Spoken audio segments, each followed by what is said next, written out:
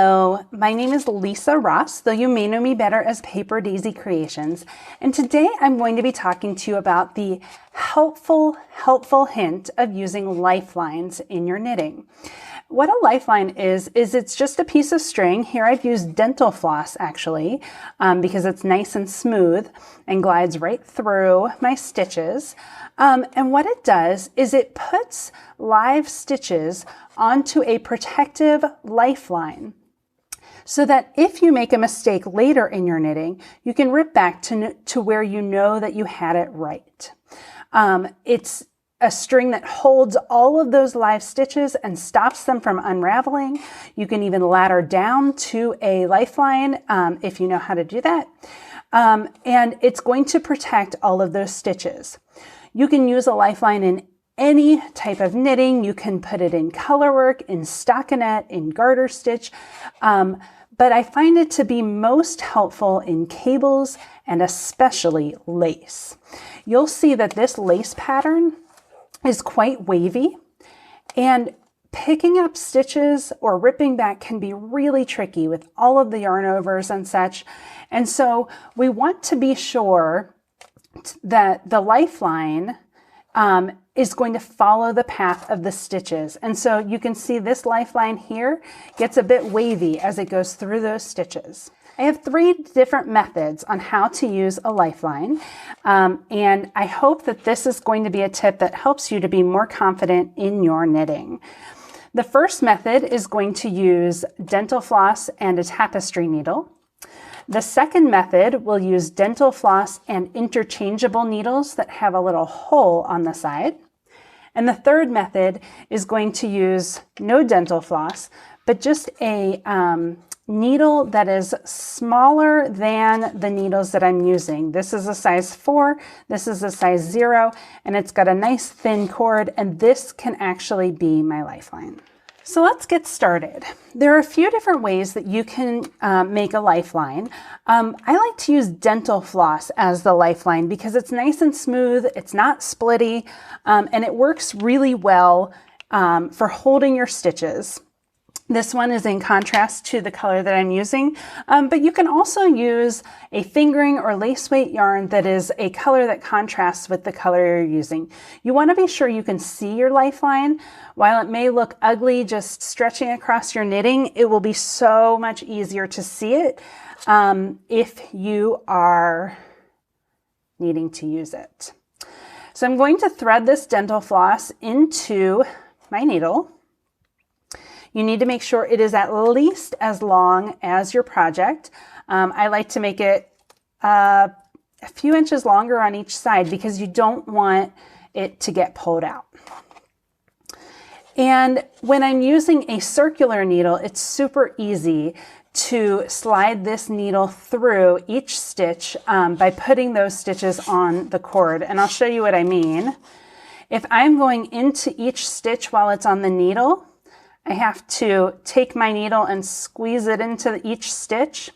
But if I have these stitches on the cord, it's super easy to go into. And you'll notice I'm actually going into the side that doesn't have the working yarn just because I positioned it over here, but it really doesn't matter. You can put this on a right side row, on a wrong side row. It really isn't going to matter. It's just going to be dependent on how you rip back. So when the stitches are on the cord, I need to make sure that I am following this cord. I want to put the dental floss in every spot where there is a cord. You don't want to split any stitches. You want to have a nice clean line that's going to go right into each of those stitches, matching where the cord goes.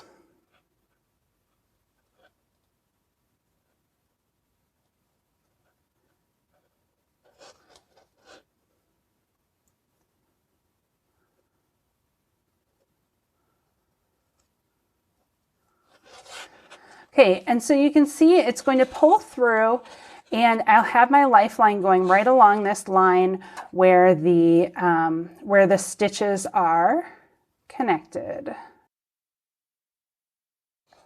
Now, when you are working your lifeline, I recommend making a note on your pattern which row you did it on. Okay, so whichever row you have just completed, that is the row that is holding your lifeline.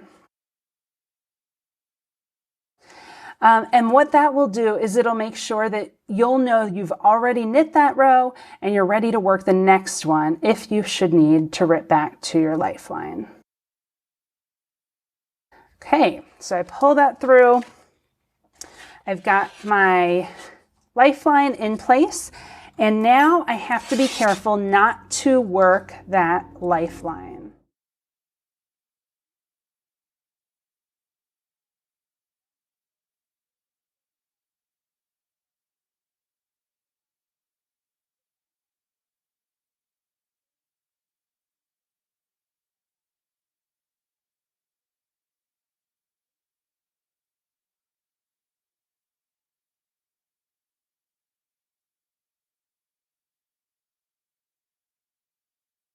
Okay, so I've made it to the end of this row, and you can see that white lifeline running through my work, and that's just going to stay in place. It holds those stitches, and if I ever make a mistake up here, I can always just take out my needles, rip all the way back to that lifeline, and stick my needle back in place. It keeps all the stitches oriented the same way that I had them, and it protects all of those live stitches. Okay, so my second method of using a lifeline, you can see that I've already left this one in here. I'm going to make a second one. And this requires that you have interchangeable needles, which not everybody has, and that's fine. You can totally use that first method that I showed you because every knitter should have a tapestry needle. But this interchangeable needle has a hole right here that you use for connecting the needle. And so I'm going to slide my dental floss into that hole. Now it can be tricky to fit your dental floss into the hole. So what I like to do is create a sharp angle that makes a little point on the dental floss, and that'll slide right into my needle. Now I'm ready to work a wrong side row. And so I'm going to put the dental floss through the needle that does not have my working stitches on it. So I'm going to slide it into that hole.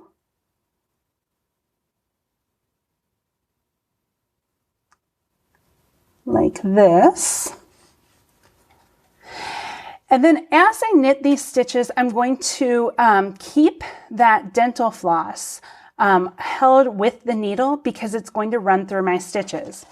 Now, when we did the tapestry needle through here, we were marking the right side row that we had just finished.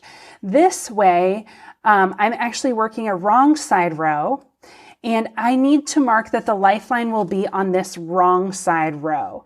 So just keep in mind, the first way was on the row we had just finished, but this way, this method is on the row that we are currently about to work.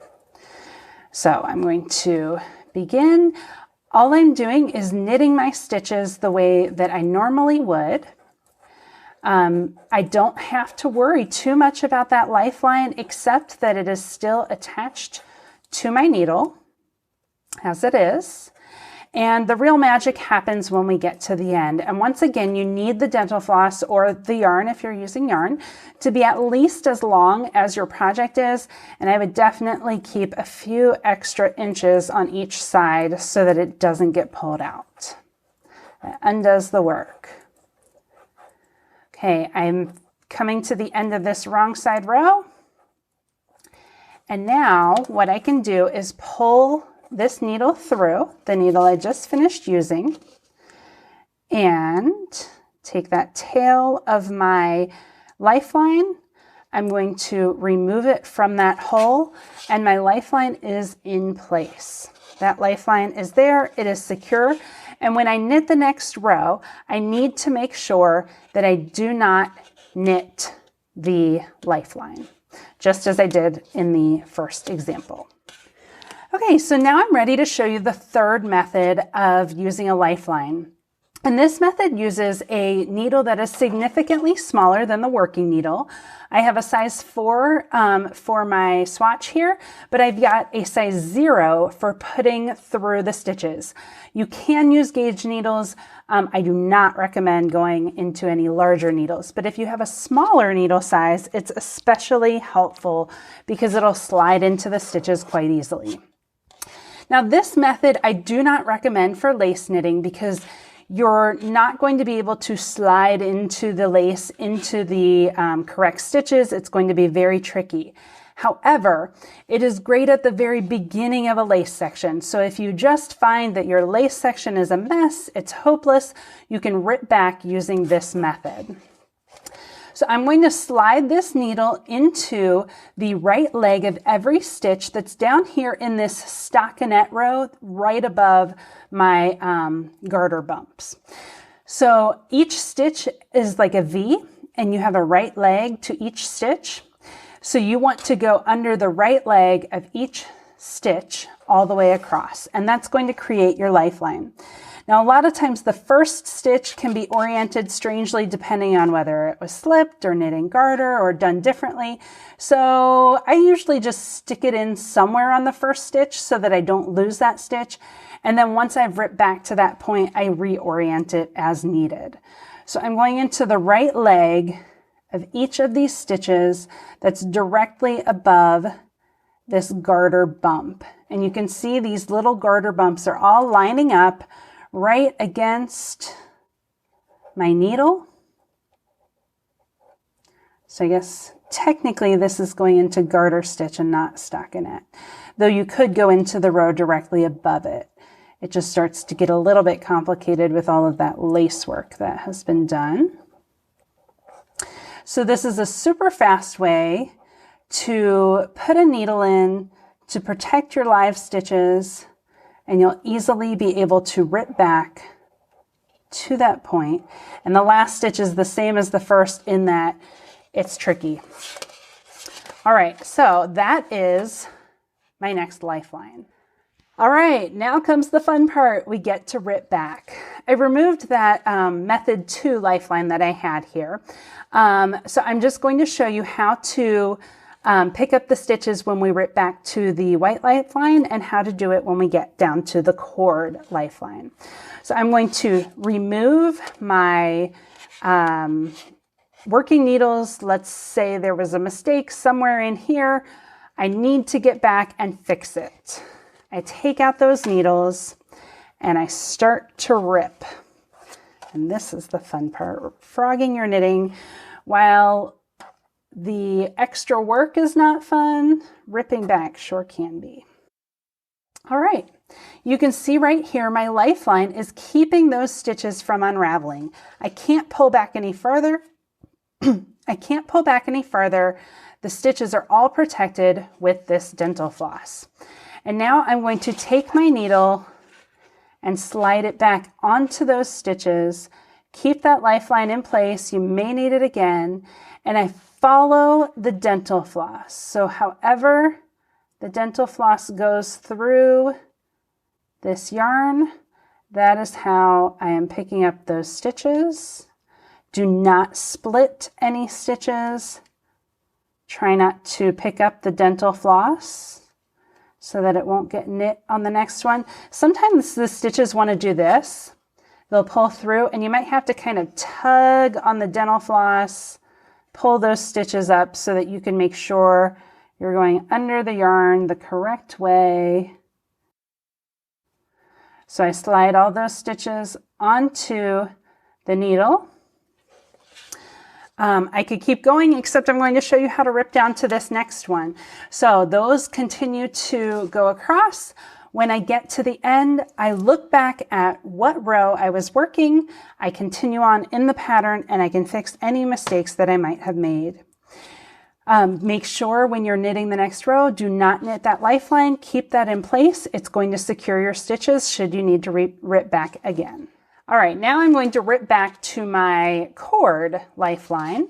It's going to be a lot of ripping. So I'm going to take out this dental floss because it's preventing me from ripping. And I'm going to pull this out all the way down to the cord. So let me go ahead and do that. Okay, I'm getting down to the very end. So let me finish pulling those stitches out. Occasionally there might be one split. You have to be a little careful. Okay, oh, and there we go. You can see that very first stitch. A lot of times that first and last stitch gives me trouble whenever I'm using this method, especially if you have an increase or a decrease on the side. Just keep in mind that those first stitches may not go through very smoothly, but you can reorient them once you get down to that point. So I can put that on, and you'll see that these stitches are very loose on this tiny needle, but they are ready to work the next section. So I ripped all the way back to that garter stitch, but all the stitches are safely on this needle, and I can start that section fresh, and I'm all ready to go. So hopefully that helps. You've got some different options for lifelines. You can find all of my patterns on Ravelry.com and on paperdaisycreations.com. And as always, I wish you very happy knitting.